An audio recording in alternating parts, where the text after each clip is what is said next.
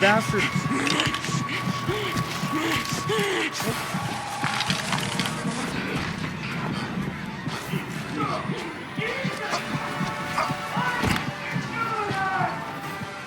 Hiding for a second.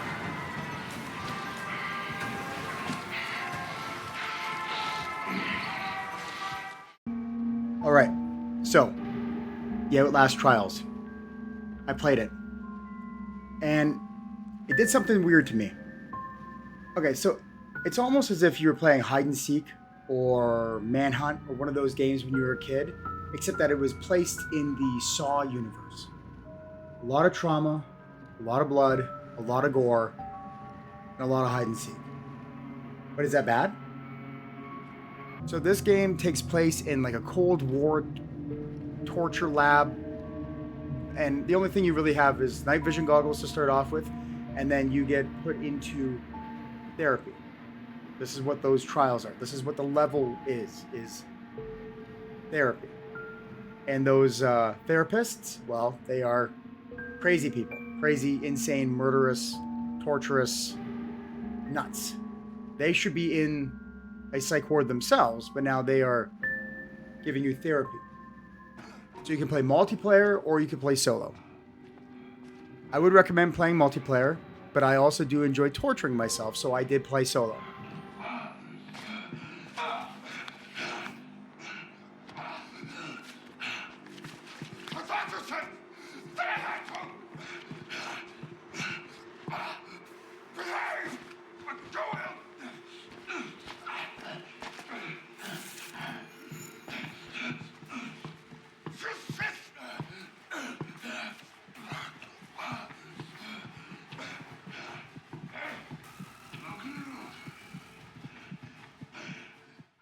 So you start off, you get gaslit by a green fart, and that's, I guess, induces something.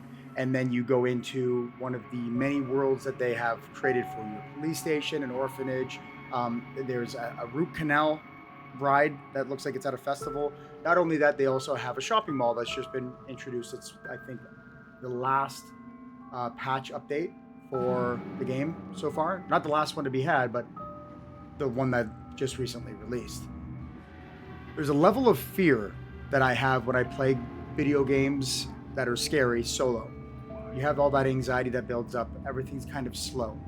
Thankfully, this has a little bit of that, but not too much to keep me from actually playing it. Again, it's hide and seek, so there are some times where you have to go hide and just wait for enemies to walk by. Now, they do have, I'm not going to say repetitive AI, but they have an AI that you start to understand after a few games. Very, very interesting AI, and sometimes it feels a bit unfair, like they are seeing in the dark when they're not supposed to be. But on the whole, I believe that the AI is decent, and I played it on intensive for solo. So it's the second most difficult level of difficulty, and it is more difficult made by the fact that I'm doing it all by myself. So now here's the gameplay loop, okay? You have no weapons. You have just running, hiding, crying if you have to. And then you get a rig, and a rig kind of starts making your build here. You can either stun them with a stun grenade, you can heal teammates, you can use X-ray, and they all help. Eventually they don't help because it's just really tough, and it's really it's an onslaught.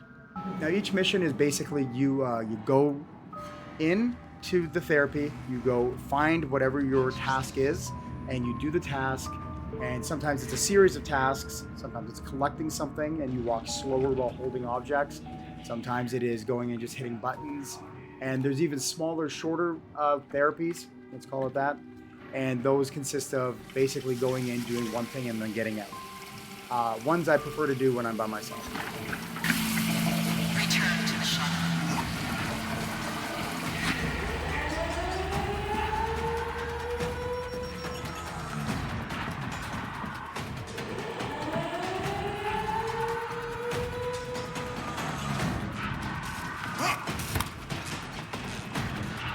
Some of the missions we've had went on for around an hour. Now that just could be because we suck, but 55 minutes for a mission may be a bit long for some people, but I had a blast doing it. Now the 15-minute ones, which are 20 minutes for me, on intensive difficulty, had my heart pounding.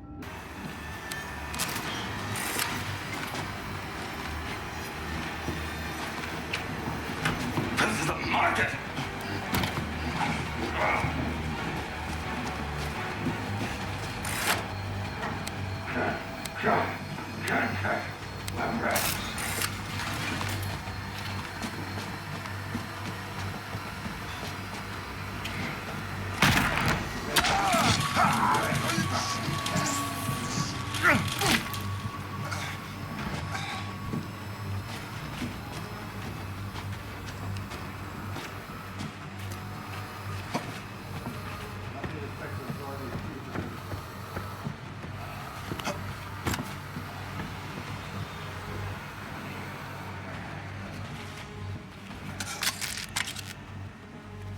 The enemies, they're gross.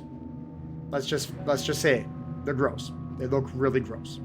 And they always have something going on with them, some sort of unique, terrible injury or fault or device. One of them has a flamethrower. One of them has an electric baton. Another one has a saw with a twin growing out of its head. So that's what I mean. But they're difficult. Whoever did the audio for this, props. The sound design is amazing. Whether it be an audio cue that just, startles you, and there's a bunch of them. It seems like the more difficult the game gets, the more higher level of difficulty, the more horrible sound cues that end up happening that make you jump and you just get caught off guard. Oh. Yep. I had too much coffee recently for these types of scares. I'm gonna end up shooting my own little acid mix out. When you play on higher difficulty, one of the things that they do to kind of increase the difficulty is there are more traps, and all the hiding spots seem to have a dead person that's already been hiding there, and you can't use the hiding spot. So the AI obviously seems to get a bit more difficult, but also there's a lot of environmental difficulties that are thrown your way as well. More locked doors, more traps, more doors that just don't work, and you have to kind of find another way around, which is half the battle, I believe. As for the mission design, well, I'll tell you something right now. I always kind of wondered how the people who wrote Saw didn't get arrested, and in this game I felt the same way. I don't want you to be arrested. Props to you for being so creative, but holy shit.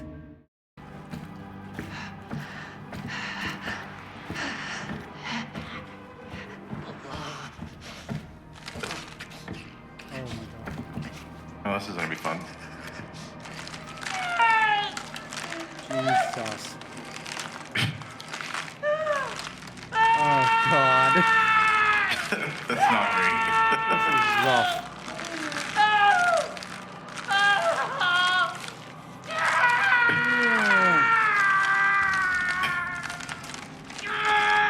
There's very little I that's feel pleasant about so this. good right now. This is drawn out too, huh? This is really drawn out. Can we go faster? No? Okay. Bigger than a chapel. Oh, Christ. No pun intended. Okay. good lord. Ah, kids. Oh, what the... This is a hell of a game. You're pouring blood all over children in a church, and they are dissenters, after sawing the legs off of a sacrificial naked man.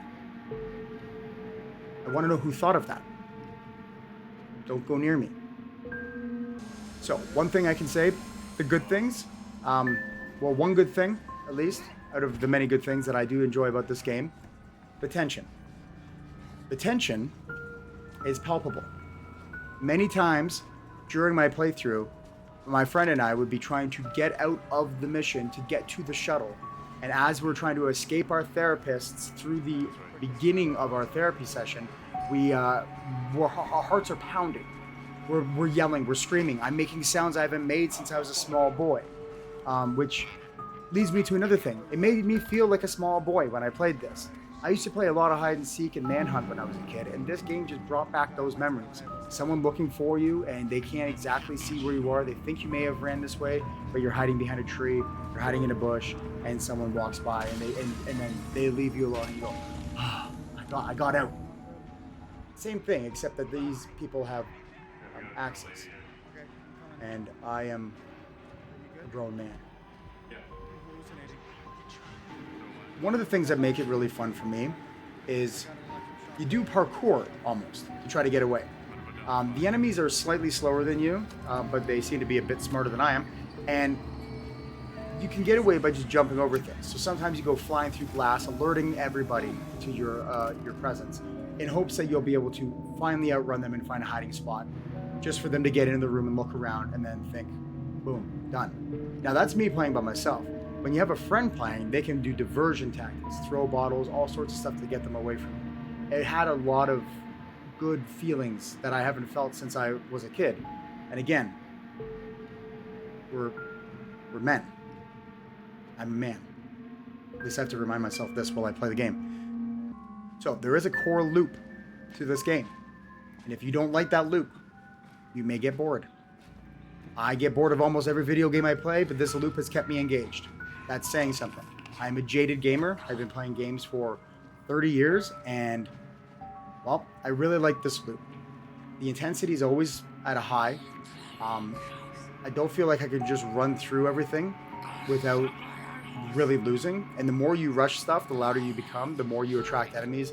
So you kind of got to take your time, but you can be smart about when you do each thing. The sounds that you can use to your advantage. I can jump through glass knowing they'll come look in this room, only to then try to crawl my way through to the area I was supposed to be getting to, so that they're not there and they're searching the glass. That's really cool. I like that. As for the story, you're in the Murkov Corporation.